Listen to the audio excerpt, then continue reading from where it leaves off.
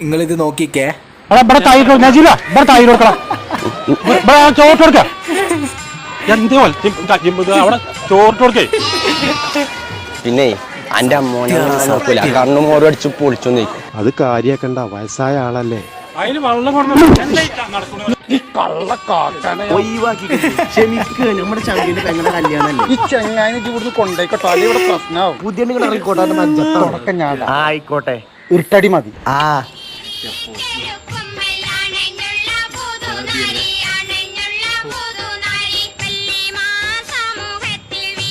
എന്റെ പൊന്നു, ഈ വീഡിയോ കാണിച്ചത് ശരിക്കും സത്യമായിട്ടാ. കല്യാണം വീട്ടിൽ ഇങ്ങനത്തെ ഒരാൾ എന്തായാലും ഉണ്ടാവും, ഉറപ്പല്ലേ. നിങ്ങൾക്ക് ഈ ഒരു അനുഭവം ഇല്ലേ?